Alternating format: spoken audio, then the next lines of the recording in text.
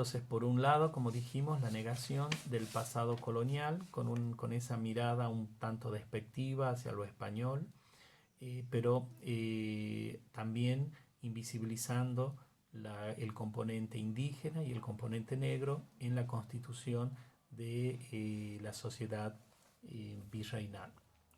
y por supuesto de la sociedad de lo que fue luego la Argentina. Eh, Vinculado con esto que acabamos de decir, entonces también tenemos otro aspecto que es la negación del pasado precolonial y el pasado, es decir, del pasado indígena. Eh, Fijemos, por ejemplo, para pensar esto, fijémonos en la idea de los grandes espacios, eh, como les decía, el impenetrable o la Patagonia, pensados como espacios desiertos o espacios de pura naturaleza. Lo cual, el hecho de nombrarlos de esta manera, por supuesto que tiene también un profundo componente ideológico que está asociado a la representación de esos espacios geográficos como espacios que, sin habitar y a la vez como espacios por habitar, es decir, como un vacío que hay que llenar. En correlato con esta idea de un espacio vacío que hay que llenar, precisamente la mirada se torna hacia Europa, pero no hacia la Europa española precisamente, sino hacia la Europa del norte. Pensemos en este punto en la mirada puesta en el exterior europeo, sobre todo teniendo en cuenta el proyecto sarmientino para poblar la vastedad del territorio argentino. Una mirada que por supuesto sostiene la negación del negro, sostiene la negación y la exterminación absoluta del indígena. Recordemos las campañas al desierto o las campañas del desierto, y la idea de incluir o de introducir fuerza productiva vinculada precisamente con las regiones europeas consideradas como más progresistas o más florecientes en aquella época. En este contexto aparece la marca lingüística de lo dialectal, el regionalismo, el indigenismo, es decir, se marcan esas regiones precisamente por un rasgo que los asocia a esa idea de apartarse de una lengua estándar o de una lengua o de un castellano general que sería la lengua nacional. En este sentido, ya nos acercamos al tercer aspecto, que es la construcción de esta idea de la nación argentina sobre ese binomio célebre que seguramente ustedes lo conocen por otras lecturas, que es el binomio de civilización-barbarie, en donde la primera, o sea, la civilización, está vinculada con la urbanización,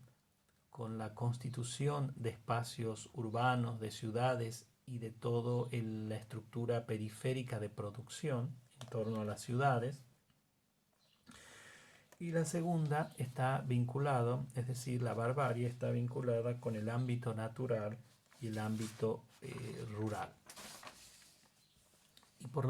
Y por lo que decimos, se supone que hay un predominio de una sobre la otra, es decir, de lo urbano sobre lo natural. En este contexto, y como ya hemos dicho, ante el exterminio de los indios y de los negros, la mirada se vuelve hacia la inmigración no peninsular, es decir, no española. Y por lo tanto, en este juego de miradas y de espejos, el eje de ataque se centra en el gaucho y en la china. Estos personajes o estos sujetos que se convierten en personajes de la gauchesca, estos sujetos que se ven algo así como un resabio de esa cultura hispánica, se constituyen prácticamente en un problema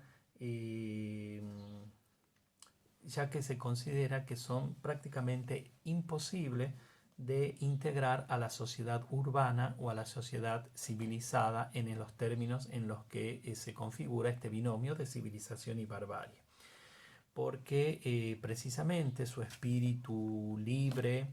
o sus rasgos poco sociables para ingresar al contexto social lo hacen precisamente sujetos que son peligrosos para para este nuevo proyecto de país. En este sentido, entonces, el gaucho es el gran tema del siglo XIX, sobre todo en Argentina, y aparece en varias escenas, en varios registros. Por ejemplo, el gaucho es objeto de risa en la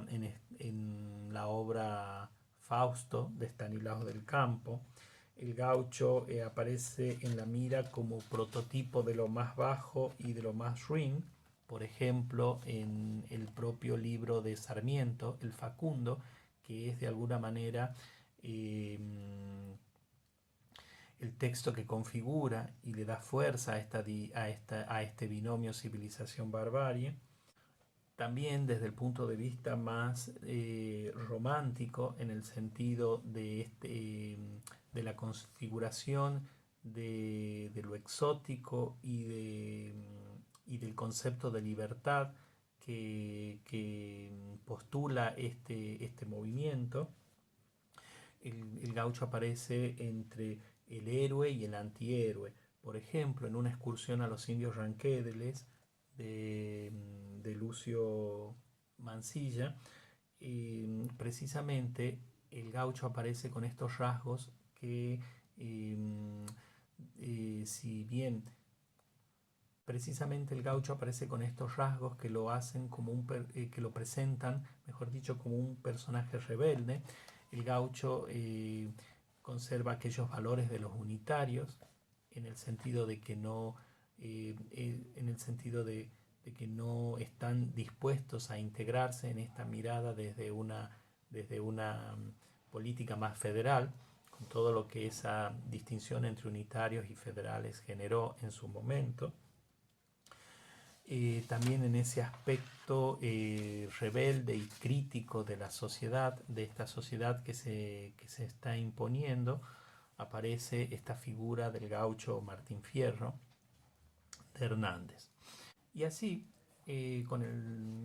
con este proyecto de civilizador y colonizador a partir de la inmigración, se produce el desmembramiento de la unidad lingüístico-cultural, de esa especie de núcleo virreinal, de ese español virreinal que subsistía de alguna manera en gran parte del siglo XIX, y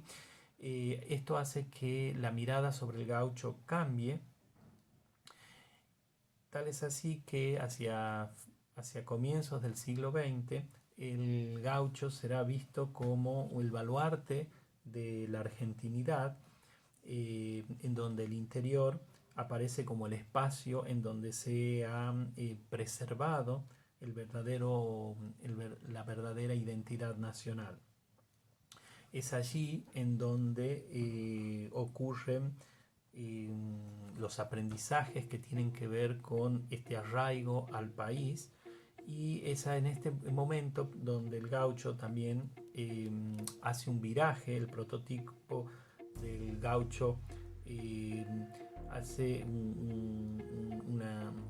otro recorrido desde este hombre o desde este sujeto héroe de la libertad, por decirlo de alguna manera, hacia un sujeto que a través del trabajo en el campo o incorporado a esa fuerza productiva rural puede medrar, puede alcanzar un objetivo o un cierto progreso en su vida. Tal es así como se consolida finalmente esa imagen del gaucho en el libro Don Segundo Sombra de Ricardo Bularques.